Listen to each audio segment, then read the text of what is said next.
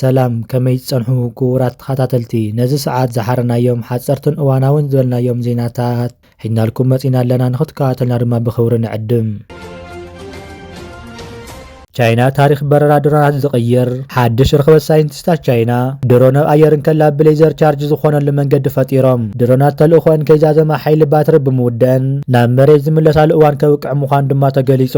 ተመራመርቲ ቻይና ከም ዝብልዎ ድማ ድሮናት ኣብ ኣየር እንከለዋ ብዘይ ገመድ ብሌዘር ኣቢለን ባትረን ክመላልኡ ዝኽእላሉ ዘመናዊ ቴክኖሎጂ ድማ ይፋዊ ገይሮም።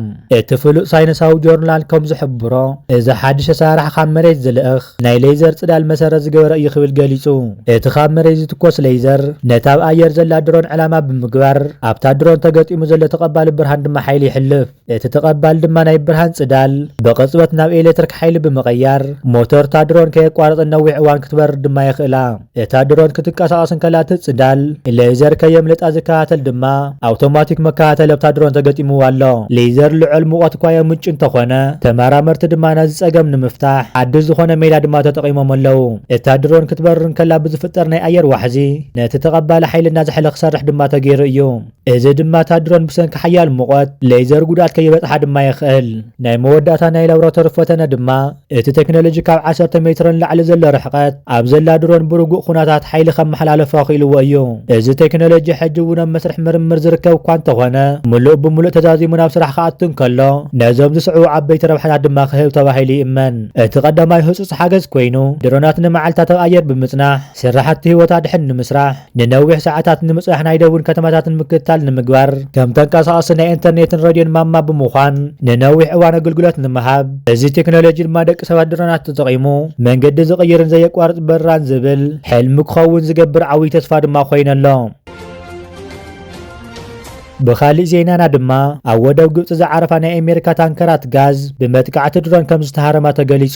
ኣብ ወደብ ደማይታ ግብፂ ዝዓረፋ ክልተ ናይ ኣሜሪካ ታንከራት ጋዝ ብመጥቃዕቲ ሰብኣዊ ነፈርቲ ከም ዝተሃረማ ካቢነ ሚኒስተር ሃገር ዘረጋገጸ ኮይኑ ዛጊድ ነቲ መጥቃዕቲ ሓላፍነት ዝወሰደ ኣካል እኳ እንተዘየለ ፖለቲካዊ ተንተንቲ ግን እተን ማእኸላይ ምብራቕ ምስ ኢራን ተኣሳሲሩ ዝካየድ ዘሎ ኩናት ናብ ሰሜን ኣፍሪቃ ይዘርጋሕ ምህላው ነዚ ድማ ዓለማዊ ንግዲ ወሳኒ ዝኾነ ካናል ስዊዝ ኣብ ሓደጋ ዘእቱ ከም ዝኾነ ድማ ይግለጽ። እዚ ሃንደበታዊ መጥቃዕቲ ንግብፂ ናብ ቅልውላው ክእትዋ ከም ዝኽእል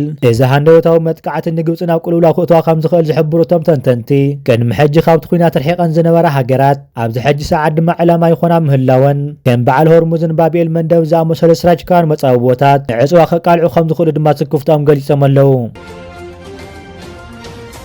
ብኻሊእ ዜናና ድማ ዑደት ዋና ጸሓፊ ኢጋድ ናብ ካርቱም ናብ ባይታ ዝፈሸለ ዲፕሎማስያዊ ሓቀነት ተባሂሉ ተገሊጹ።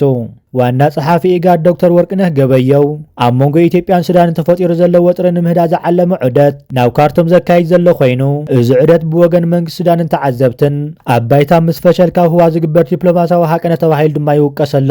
እቲ ምንቅስቓስ ነተው ዞባታት ዳርፉርን ኳርዱፋንን ብሰራዊት መንግስቲ ሱዳንን ብድሮናትን ከቢድ ስዕረት ዝወርዶ ዘሎ ጉጅለ ዳዕመ ሰሪዕ ዳግም ንምትንሳእን ዲፕሎማስያዊ ዕድመ ንምሃብን ዝዓለመ ምዃኑ ድማ ይግለጽ ኣሎ። እቲ ብዋና ጸሓፊ ኢጋድ ዝምራሕ ዘሎ ሸበድበድ ንማሕበረሰብ ዓለም ንምድንጋር ዝዓለመ ድሕንን መልእኽቲ ከም ዝኾነ ዝገለጹ ምንጭታት ሰራዊት መንግስቲ ሱዳን ነዚ ዑደት እዚ ብዙሕ ኣገዳስነት ከም ዘይህቦን እቲ ጻዕሪ ድማ ድሮ ፈሺሉ ከም ዘሎን ድማ ይሕብሩ። እዚ ዑደት ኣብቲ ዞባ ዘሎ ናይ ሓይሊ ሚዛን ዝቕይር ትርጉም ከም ዘይብሉን ኣብ ባይታ ዘሎ ሓቅታት ግን ብዝተፈለየ መንገዲ ይቕጽል ከም ዘሎ ድማ ተመላኺቱ ኣሎ። ኣቦ ወንበር ልዕላዊት ባይታ ሱዳን ጀነራል ዓብደልፈታሕ አልቡርሃን ትማሊ 30 ሓምለ 2026 ኣብ ካርቱም ምስ ዋና ጸሓፊ ኢጋድ ዶክተር ወርቅነህ ገበየው ኣብ ዝተረኸበሉ እዋን ምስ መንግስቲ ኢትዮጵያ ዝግበር ዝኾነ ይኹን ዝርብ ከም ዘየለ ብምግላጽ ንመጸዋዕቲ ዓርቂ ድማ ነጺግዎ። ጀነራል አልቡርሃን ኣብቲ ዘካየደ ርክብ ኢትዮጵያ ንረብሓ ሕቡራት ኢማራት ዓረብ ክትብል ምስ ሓይልታት ቁልጡፍ ደገብ ብምዃን ኣንጻር ሰራዊትን ህዝብን ሱዳን ከም ዝሰርሐት ብምኽሳስ ከቢድ ወቀሳ ከም ዘቕረበሉ ድማ ተገሊጹ። ሱዳን ብመስዋዕቲ ህዝባን ሰራዊታን ካብ ምብታን ድሒና ናብ መወዳእታ ዓወት እናገስገሰት ምዃና ዝገለጹ አልቡርሃን ምስ መን ክንማኸርን ክንሰርሕን ከም ዘለና ንፈልጥ ኢና ካብ ኢትዮጵያ ተወሳኺ መልእኽትን ምቕባል ፈቃደኛታት ኣይኮናን ብምባል ነቲ ብዶክተር ወርቅነህ ገበየው ኣቢሉ ዝቐረበ ናይ ዕርቂ ሓቀነ ወድቕ ከም ዝገበርዎ ድማ ተገሊጹ። እዚ ፍጻመ እዚ ነዘን መንጎ ክልቲአን ሃገራት ዘሎ ዲፕሎማስያዊ ዝምድና ናብ ዝገደደ ብርኪ ከም ዘውረደ ዘርኢ ምዃኑ ድማ ተንተንቲ ይገልጹ። እዚ ከምዚ ኢሉ እንከሎ ድማ ላዕለዋይ ወታደራዊ ጉጅለ ልዕላዊ ቤት ምክሪ ሱዳን ናብ ኣስመራ ናይ ስራሕ ምብፃሕ ክገብር ምዃኑ ተገሊጹ። ሱዳናዊ ተንታኒ ጋዜጣ አልዑዌን ኣሕመድ አቡ ዓላ ኣብ ዝሃቦ ሓበሬታ መሰረት አለቃ ስታፍ ጀነራል ያሲር አልዓጣ ናብ ኣስመራ ናይ ስራሕ ምብፃሕ ከካይድ ምዃኑ ገሊጹ። ዕላማ መንገሻ እቲ ላዕለዋይ ወታደራዊ መራሒ ሱዳን ምስ ጠቕላላ ሓለቃ ስታፍ ሓይልታት ምክልኻል ኤርትራ ጀነራል ፊሊጶስ ወዲ ዮሃንስ ንምርኻብ ኮይኑ ኣብቶም ንኽልቲኦም ሃገራት ዘራኽቡ ናይ ፀጥታ ጉዳያትን ንዞባዊ ስርሒታት ዘጠቓልሉ ወታደራዊ ዛዕባታት ንምዝታይ ምዃኑ ድማ ተፈሊጠሎ። እዚ ምንቅስቓስ ዘብዝዋ ዘሎ ወታደራውን ፖለቲካውን ኩነታት ኣብ ዝለዋወጠሉ ዘሎ እዋን ዝካየድ ዘሎ ኮይኑ ኣብ መንጎ ክልቲአን ሃገራት ዘሎ ወታደራዊ ምትሕብባር ንምጥንኻር ዝዓለመ ምዃኑ ድማ ተንተንቲ ይገልጹ። መንግስቲ ኤርትራ ይኹን መንግስቲ ሱዳን ብዛዕባ እዚ ዑደት እዚ ዛጊድ ወግዓዊ መግለፂ እኳ እንተዘይሃቡ እቲ ርክብ ግን ኣብ ፀጥታ ቀርኒ ኣፍሪካ ዓብዪ ጽልዋ ከም ዘለዎ ድማ ትፅኢት ይግበር። እዚ ከምዚ ኢሉ እንከሎ ድማ ስጋት ሓድሽ ወታደራዊ ወራር ኣብ ልዕሊ ትግራይ ኣብ ስትራቴጂካዊ ቦታታት ሓደሽቲ ማዓስከራት ድሮን ይምስረቱ ምህላዎም ተገሊጹ። ኣብ ልዕሊ ትግራይ ወታደራዊ ወራር ንምክያድ ዝዓለመ ምድላዋት ብስርዓት ብልጽግና ይካየዱ ምህላዎም ዝግለጽ ዘሎ ኮይኑ ነዚ ንምፍጻም ድማ ዝተፈላለዩ ከባብታት ሓደሽቲ ናይ ድሮን መብረሪ ማዓስከራት ይስርሑ ከም ዘለዉ ድማ ምንጭታት ሓቢሮም። ካብ ሳተላይትን ወታደራዊ ትካላትን ዝተረኸበ ሓበሬታ ከም ዘረጋገጾ ኣብ ላሊበላ፣ ባህር ዳር፣ ሰመራን ክልል ዓፋርን ከምኡ እውን ኣብ ከባብታት ወሎ ሓደሽቲ ናይ ድሮን መብረርታት መቆጻጸርቲ ማዓስከራት ይምስረቱ ከም ዘለዉ ድማ ተገሊጹ። እዚ ምንቅስቓስ መንግስቲ ኢትዮጵያ ኣብ ማይታ ሸሓት ሓደሽቲ ሰራዊት መዓልታዊ ዝምርቀሉን ካብ ወፃኢ ሸሞቶም ዘመናዊ ጾራት ምርኢት ኣብ ዘርእየሉ ዘሎ እዋን ዝካየድ ዘሎ ኮይኑ እዚ ምድላዋት እዚ ኣብ ልዕሊ ትግራይ ጥራሕ ዘይኮነስ ኣብ ልዕሊ ኤርትራ እውን ወታደራዊ መጥቃዕቲ ንምፍጻም ዝዓለመ ክኸውን ከም ዝኽእል ድማ ተንተንቲ ይገልጹ። በቲ ካልእ ወገን ካብ ስርዓት ብልጽግና ናይ ወረራ ሓደጋ ጸላሊዋ ዘሎ ትግራይ ነቲ ዝመጽእ ዘሎ ስጋት ንምክልኻል ሓደሽቲ ድሮናት ከም ዝሸመተትን ኣብ ጽዑቕ ወታደራዊ ልምዳን ተጸሚዳ ከም ትርከብ ድማ ተሓቢሩ ኣሎ። እዚ ኩነታት ኣብቲ ዞባ ዳግማይ ደማዊ ኩናት ከይለዓል ዘሎ ስክፍታ ዝለዓለ ብርኪ ከም ዝበፅሐ ድማ ይመላኸት። ካብ ግንባር ቡሬ ናብ ዓፋር ደቡብ ትግራይን ሰፊሕ ናይ ሰራዊት ጉዕዞ ይካየድ ኣሎ። ትማሊ ካብ ግንባር ቡሬ ዝተወገሱ ብርክት ዝበሉ ኣሃታ ሰራዊት ብልጽግና ናብ ውሽጢ መሬት ክልል ዓፋርን ደቡብ ትግራይን ክጉዕዙ ውዒሎም ኣለው። እዚ ምንቅስቓስ ምስቲ ድራብ ግንባራት ራያ፣ ቆቦን ሰሜን ወሎን ተፈጢሩ ዘሎ ሰፊሕ ወታደራዊ ምፍጣት ተኣሳሲሩ ዝካየድ ዘሎ ምንቅስቓስ እዩ።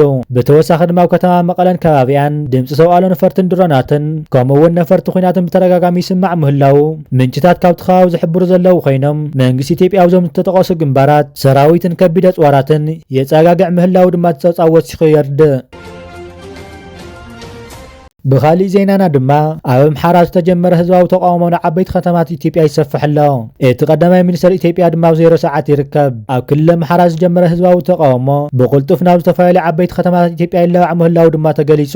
እቲ ተቃውሞ ካብ ከተማታት ኣምሓራ ወፂኡ ናብ ካልኦት ስትራቴጂካውያን ከተማታት ይሰጋገር ምህላው ድማ እዩ ዝሕበር ዘሎ። ብፍላይ ድማ ኣዲስ ኣበባ ዘሎ ህዝቢ ብሰንኪ ዝኸፈ ቁጠባዊ ጸገም ኣብ ከቢድ ጭንቀት ይርከቡ ብምህላውን እዚ ተኣኪቡ ዘሎ ናይ ህዝቢ ሕርቃን ድማ መኣዝ ናብ ዝዓበየ ዕልዋ ከም ዝቕየር ድማ ንምግማት ተጸጋሙ ኮይነሎ። ተንተንቲ ፖለቲካ ከም ዝሕብርዎ ድማ እዚ ተጀሚሩ ዘሎ ፖለቲካዊ ወጥርን ቁጠባዊ ውድቀትን ንቀዳማይ ሚኒስትር ኢትዮጵያ ኣብይ ኣሕመድ ኣብ 0 ሰዓት ወይ ድማ ናብ ናይ መወዳእታ ምዕራፍ ስልጣኑ ከም ዘውርዶ እዮም ድማ ዘመላኽቱ። እዚ ስርዓት ነዚ ተቃውሞ ንምዕፋን ዝተፈላለዩ ጻዕርታት እኳ ይገብር እንተሃለወ እቲ ናብ ዓበይቲ ከተማታት ዘስግር ናይ ተቃውሞ ዋሕዚ ግን ንህልውና ስርዓት ብልጽግናዊ ከቢድ ሓደጋ ውዲቕዎ ይርከብ።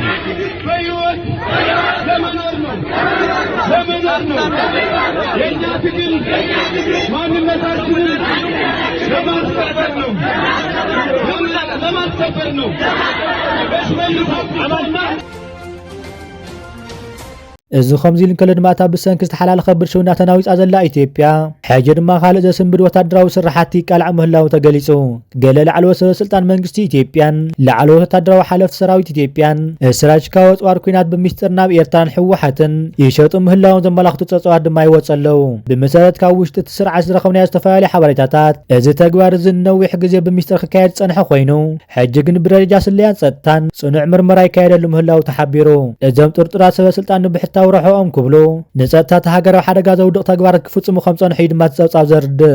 እዚ ተፈጢሩ ዘሎ ሓድሽ ምዕባለ ነታብቲ ሃገር ዘሎ ወታደራዊ ዲስፕሊን ትካላዊ ኣሰራርሓ ናብ ዓብዪ ሕቶ ምልክት ዝእቱ ኮይኑ ኣብ መንጎ መራሕቲ ስርዓትን ሓለፍቲ ሰራዊትን ከቢድ ምትፍናን ንምስሓብን ድማ ፈጢሩ ይርከብ። መንግስቲ ኢትዮጵያ ነዚ ጉዳይ ዘይዕፍን እኳ እንተሃለወ እቲ ሓበሬታ ግን ብተኸታታሊ መራኸቢ ብዙሃን ድማ ይፈስስ ኣሎ። እዚ ተግባር እዚ እቲ ስርዓት ካብ ተኣትይዎ ዘሎ ፖለቲካውን ቁጠባውን ቅልውላው ብተወሳኺ ካብ ውሽጡ ብብልሽውና ይበላሽዎ ምህላዎም ዘርኢ ምልክት ምዃኑ ድማ ተንተንቲ ይገልጹ።